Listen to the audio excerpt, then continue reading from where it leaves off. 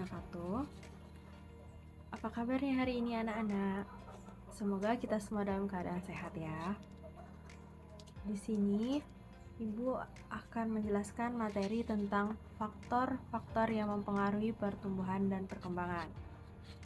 Adapun tujuan pembelajaran pada hari ini, peserta didik dapat mengidentifikasi faktor-faktor yang mempengaruhi pertumbuhan dan perkembangan dengan baik dan benar.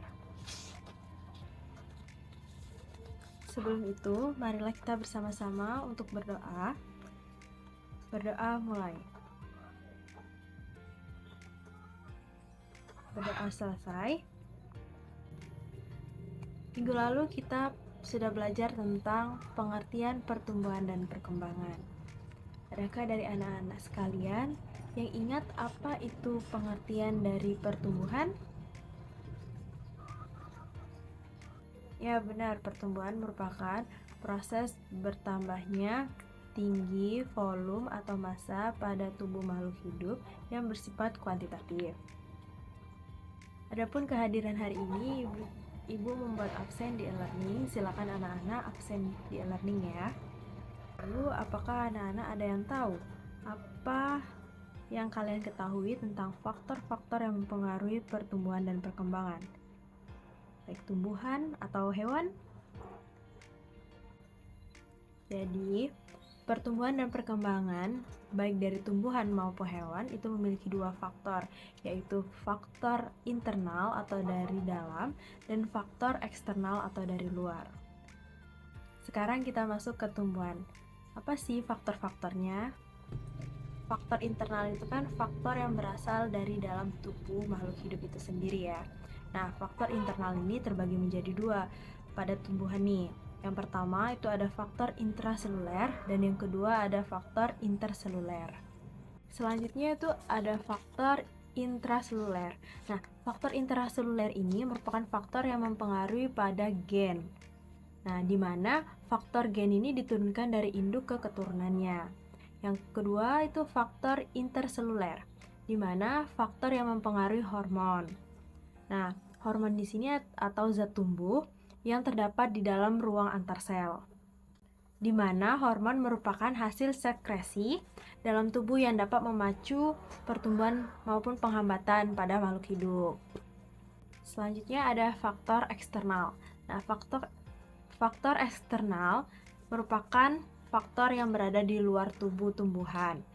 Antara lain ada derajat keasaman, pH, air, unsur hara tanaman, nutrisi, kelembapan udara, suhu atau temperatur, cahaya, sinar matahari, makanan, dan gaya gravitasinya.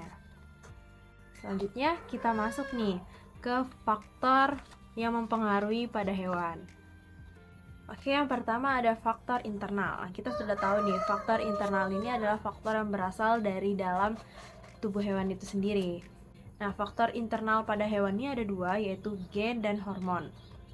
Gen merupakan materi pembawaan yang diturunkan dari induk ke keturunannya. Selanjutnya ada hormon. Hormon merupakan zat kimia yang dihasilkan oleh kelenjar endokrin dalam tubuh hewan. Selanjutnya ada faktor eksternal. Faktor eksternal itu sudah kita dapat tahu tadi, sama seperti faktor eksternal pada tumbuhan, dia merupakan faktor yang berasal dari luar tubuh hewan, antara lain makanan, air, suhu, cahaya, oksigen, penyakit, predator, dan kompetisi. Baik, itu materi pada pembelajaran hari ini. Adakah anak-anak yang ingin bertanya? Jika tidak ada, Ibu akan memberikan kalian tugas. Di sini Ibu memiliki kartu soal dan kartu jawaban. Anak-anak bisa catat latihan soal-soal yang akan Ibu bacakan.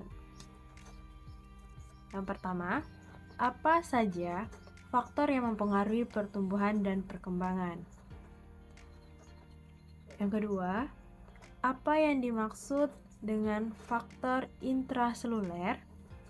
Yang ketiga, Apa faktor abiotik yang dapat mempengaruhi lingkungan pada pertumbuhan dan perkembangan tanaman? Baik, mungkin cukup 3 soal saja latihan kuis hari ini.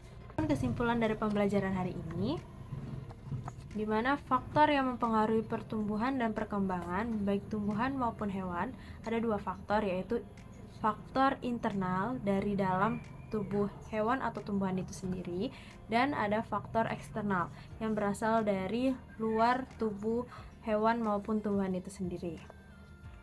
Adapun materi pada pertemuan berikutnya, kita akan membahas tentang fase embrionik dan fase pasca embrionik. Oke, mungkin cukup sekian pembelajaran kita pada hari ini. Gua akhiri, wassalamualaikum warahmatullahi wabarakatuh.